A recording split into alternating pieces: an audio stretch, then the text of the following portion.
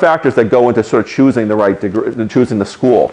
Interests, academic interests, your qualifications, your finances, your geographic location. So if your location, do you prefer urban, rural, large school, small school? I mean, only you can answer these questions. I can't answer these questions for you. If I was answering the questions for me, for everyone here, I'd say, okay, a big school in an urban environment that has lots of liberal arts courses and no business courses.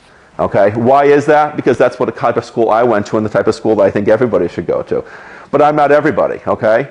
You may have a very different idea, so only you can really develop your own criteria. These are just sort of a general list, okay? And your criteria may change over time as you hear new things, as you grow, as you take new classes. Really listen to yourself and take in all the stimuli that's around you. If you're taking chemistry this year and you never thought you liked chemistry and all of a sudden like, well, I may want to go into medicine. Really listen to that, okay? That's really important feedback you got right away. Okay, so listen to all these things that are happening. So a lot is happening in your life now, particularly at this stage of your life. You're learning a lot, you're doing a lot, you're seeing a lot, and you're doing a lot of preparing. So listen to all these things. Your criteria is going to continually change, but particularly people in 10th grade, you have some time.